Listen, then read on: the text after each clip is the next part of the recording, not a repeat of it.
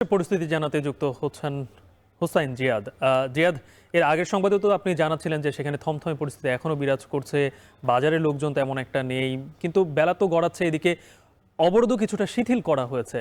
কোনো কি উন্নতি হয়েছে পরিস্থিতির? গালিব, আমি পরিস্থিতির খুব একটা উন্নতি এখনো হয়নি। কিছু কিছু পর্যটক এবং যাত্রীবাহী বাস আমরা দেখলাম যে সেনাবাহিনীর তত্ত্বাবধানে ছেড়ে গিয়েছে আইন শৃঙ্খলা বাহিনী। তবে গালিব, আমরা যেই বাজারটিতে ঘটনা ঘটেছে, যে বাজারটি আগুনে পুড়িয়ে দেওয়া হয়েছে, যে পাড়াটি, সেই পাড়াটিতে এসে প্রবেশ করতে পেরেছি এবং এর আগে খুব একটা সাংবাদিক এখানে প্রবেশ করার অনুমতি পাইনি এবং আমরাই বলা যায় যে প্রথম এই পাড়াটিতে এসে পৌঁছেছি এবং আমরা একেবারে পাড়াটি যদি দেখি মনে হবে যে যুদ্ধ বিধ্বস্ত এলাকা একেবারে। এবং পুরো এখানে যেগুলো দেখছেন আপনি, এগুলো পুড়ে যাওয়া বসতঘর। কোথাও কোথাও আমরা দেখেছি যে এখনো পর্যন্ত কিন্তু ধোঁয়া উঠছে।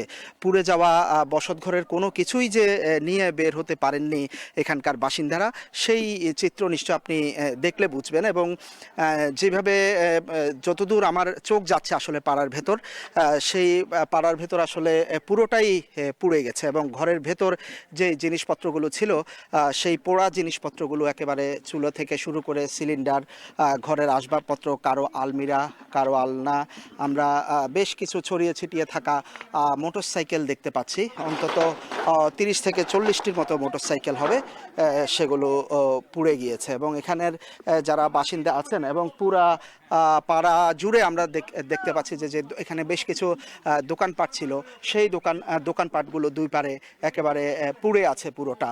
এবং এখানে যারা বাসিন্দা আসলে ছিলেন, তারা এরপর থেকেই একেবারেই থমথমে পরিস্থিতি এবং সবাই আতঙ্কের মধ্যে আছেন। এবং এখানে এই পাড়ারই সংঘর্ষের ঘটনায় 3 জন মারা গিয়েছে, তাদের মরদেহ এসে পৌঁছাবে সেখানে। এবং মূলত এই পুড়ে যাওয়া যেই বসতঘরগুলো তাদের স্মৃতিচিহ্ন হিসাবে আছে, সেখানে তারা এসে আসলে দেখছেন অবশিষ্ট কিছু আছে কিনা। এই পরিস্থিতিতে আসলে খুব একটা স্বাভাবিক হওয়ার সুযোগ নেই, বিশেষ করে এই ঘটনার পর যেটি পুরো পার্বত্য অঞ্চলে আসলে আতঙ্ক তৈরি করেছে, চাপা আতঙ্ক।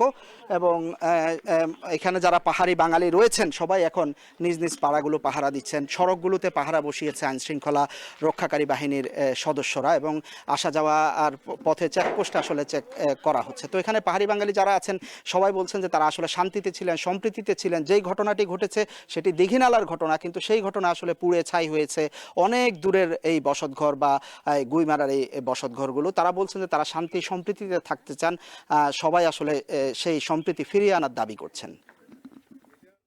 খাগড়াছড়ির সবশেষ পরিস্থিতি জানাচ্ছিলেন হোসাইন জিয়াদ। এবার শারদীয় দুর্গোৎসবের খবর।